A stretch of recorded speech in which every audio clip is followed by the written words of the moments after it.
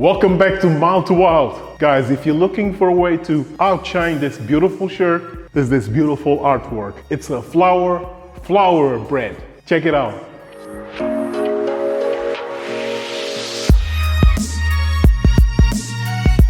Guys, this recipe is very simple, okay? Anything you think bread making can be, as in difficult, time-consuming, not a question here. It's gonna be quick, fast, and guess what? We're not even using yeast, okay? Great recipe. I'm gonna start by mixing the usual suspects of a bread making. In this case, you have some nice plain flour. Okay, no raising agent there. To which I'm going to add salt and sugar. So when it comes to sugar, I like to go caster sugar. We'll go about a tablespoon worth of it. Beautiful. And I'm going to season it with some salt as well. So freshly ground sea salt. And this balance of ingredients, make sure that we end up with a recipe that it hits the spots, both in the sweetness level and a bit of saltiness too. Just complements the recipe. Sugar is gonna help it brown a little bit as well. You want some color for this bread. So the two together, and now the magic ingredient here. I'm only gonna use baking soda. So it's the yeastless bread. I'll use baking soda to cover it and to make sure that it rises. So this is the leavening agent. I'm gonna go 15 grams of it. Okay, don't be alarmed, it's going to work. It's going to get that raising element perfectly done. Now I'm just gonna give it a quick stir, just to make sure that everything is worked in together. Important for bread making, make sure that everything is nicely and evenly distributed. No need to sieve this bread. We're going to work it quite a bit, so no need for that. Now, feel free to use different types of flour for this type of bread. What's important is to get the right quantities. So everything nicely mixed in. I will go with 400 mils of water. And what I do is try to open a well in the center, so I can then work my way in the water. Start with a bit of water. I'll use the spoon as well. Just make sure that everything is bound together. Of course, you can use a food processor. Just mix all the ingredients and just whiz it up for a few seconds until it looks like breadcrumbs.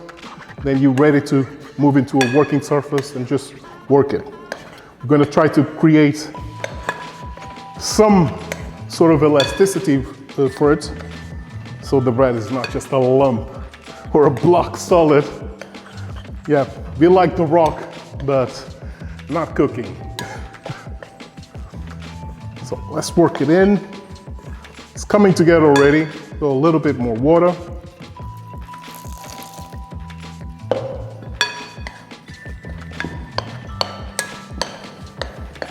Now, talking about the rock, I have to say what a workout ethic this guy has.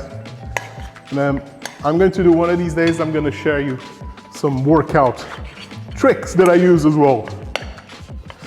Especially nowadays when we don't have that much equipment and able to go to your gyms, and so I have a good couple of tips I would love to share with you.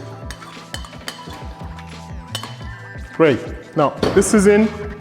I'm gonna go, before I combine everything, I'm gonna add a final ingredient. As you can see, it's a little bit wet. And that ingredient is some semolina. So some dry semolina. I don't want it to be too finely ground. This is the perfect texture here.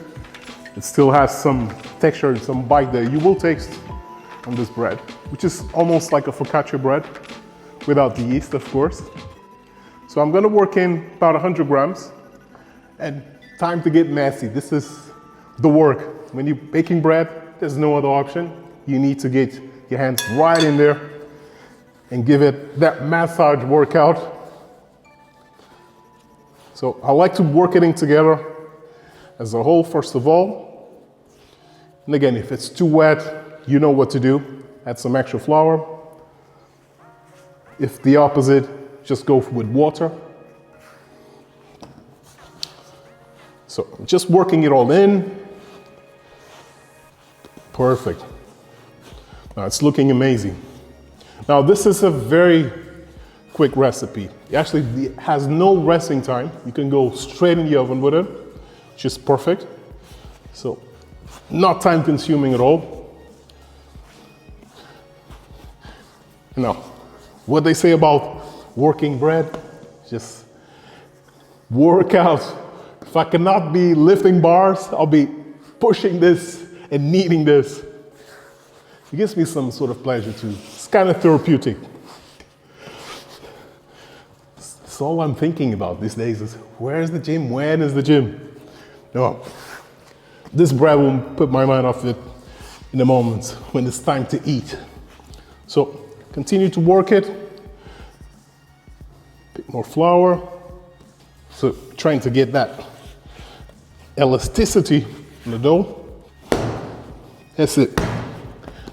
There's no wrong way of doing this. As long as you keep moving the dough, it's fine. So what I like to do is to fold it in one way and then the other off my hands. So working that way, fold it, working the other way. Just continuously keep moving it. And then when you can go faster, go faster. Now, if you feel it's catching a little bit, what I'm going to do is just add some extra flour. Just enough to cover and coat our dough and just keep working it. Great. You know when you have the right consistency. Just keep playing with it, like your instinct will tell you. And if you have to smash it, don't worry, this is love, okay? This is not anger, this is love. Oh, it's coming together quite well now. It's nearly there. You can see that gluten formed already. It's bouncing back, which is what we want. It's nearly there. I'll make sure I'll get the rest of the flour now. Why not use it as a mop? Clean up the mess that you're making already, because you have to keep cooking anyway. Before you have to tidy up, just work it all in. Great stuff. Beautiful. This is done, it's ready for the oven. What I've prepared already oiled baking sheet. Okay, I have the removable option there, which will make it easier for me. So I'm gonna get this in shape.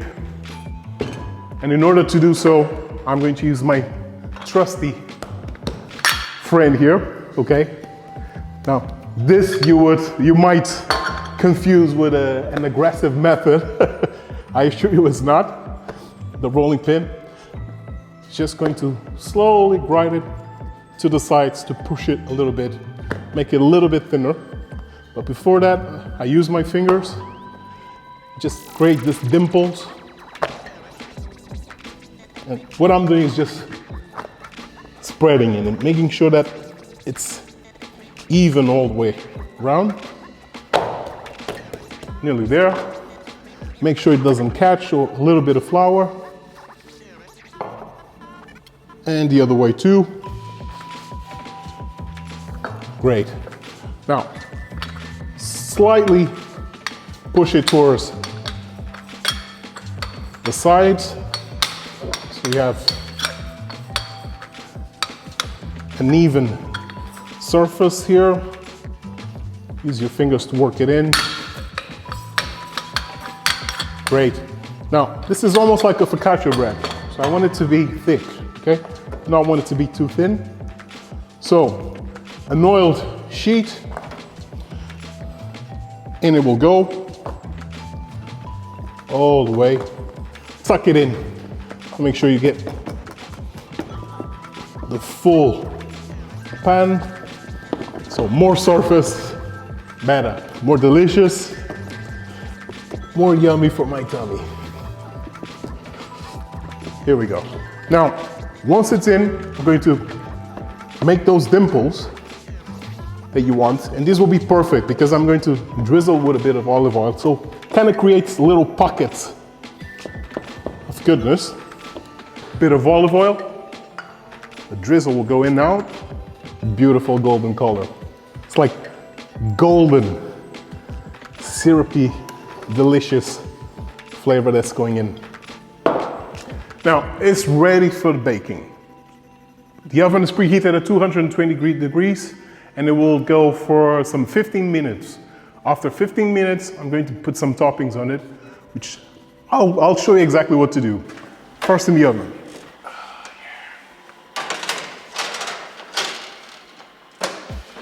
So as the bread is baking, time for me to create a nice topping for it. I'm going to use these beautiful herbs here, coriander, parsley, some sage, also some chives that I have, and the flowers too. This will create almost like a garlic bread flavor, for which I would need some butter and garlic too. But before that, I'm going to use some tomatoes, which I have this beautiful cherry tomatoes here. These are awesome. They have beautiful color, the yellow, and they're very, very sweet. So I'm going to use them for both things, for sweetness and for color too. So all I'm going to do is slice them in half. I'll then season it a little bit of salt. That's pretty much it. Simple recipe. Bread should not be intimidating. It's very simple. You just need a couple of tricks. Nice recipe, you sort it, okay? Delicious stuff, I assure you that. So I'm slicing them in half, just lengthways.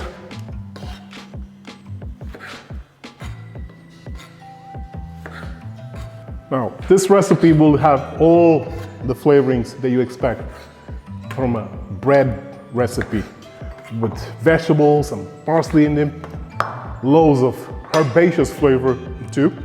I'm just going to season them slightly. So while we have the bread baking, good time to add some salt to our tomatoes.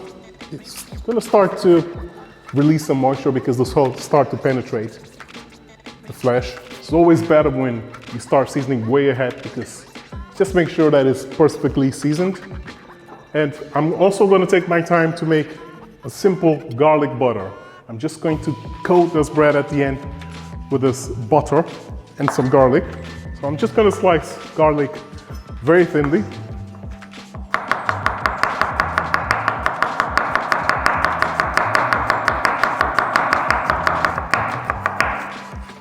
Perfect, good amount of garlic. So I'm just gonna heat it up. So I'm gonna need a small frying pan, garlic in,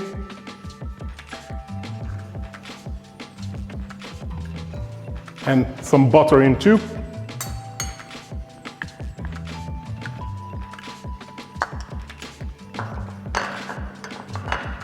And some seasoning for good measure, as usual. Always keep seasoning. So we'll taste perfectly cooked then, and here we go.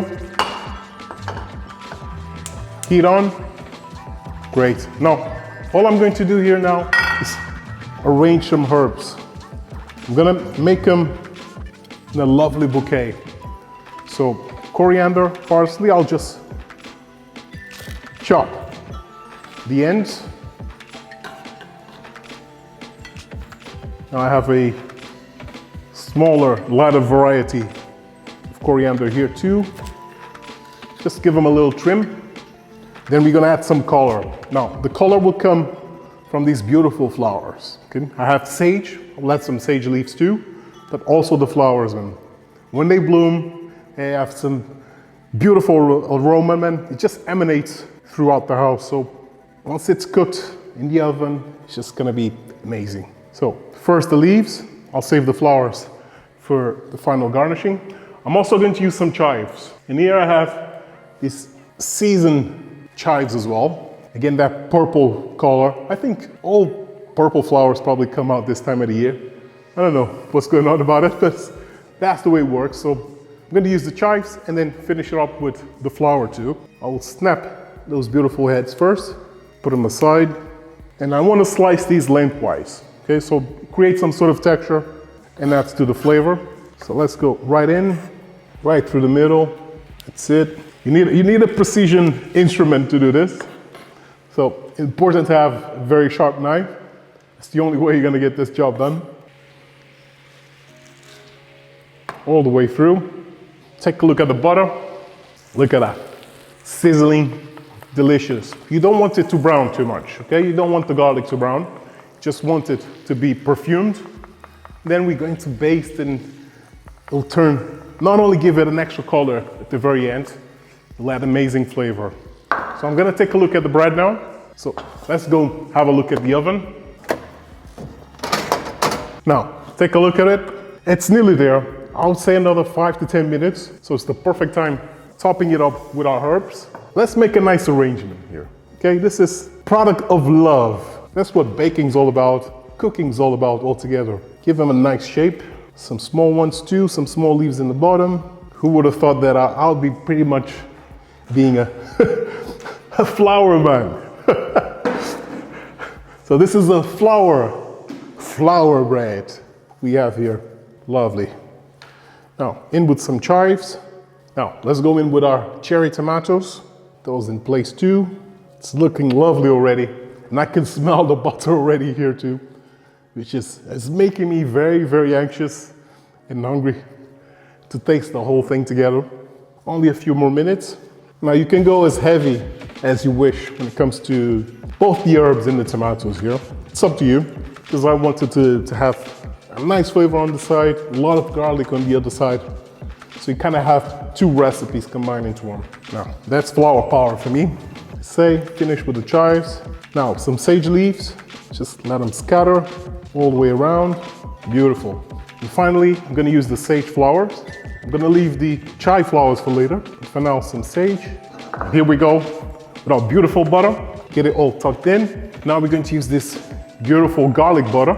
And I just want to dab it. So make sure we get a bit of everything and then coat it all the way on top so it browns the herbs as it's cooking. Perfumes and gives this beautiful aroma. You're not gonna want to miss this. Pretty much done. I'm gonna put it back in the oven. Another 5 to 10 minutes. But I can tell you already, man, I'm a true Picasso with this. It's looking great. Let me go.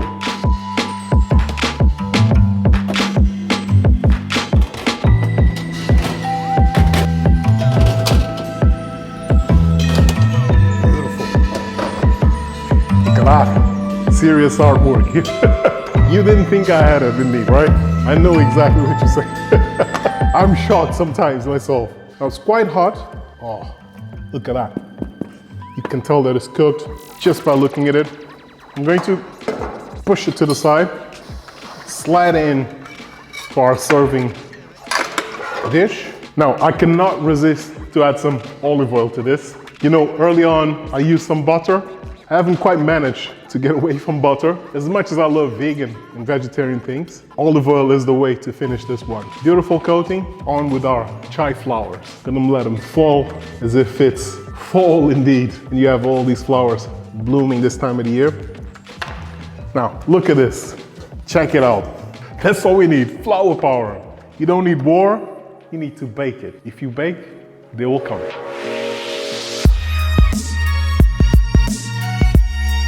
A gente não tá quente agora, claro.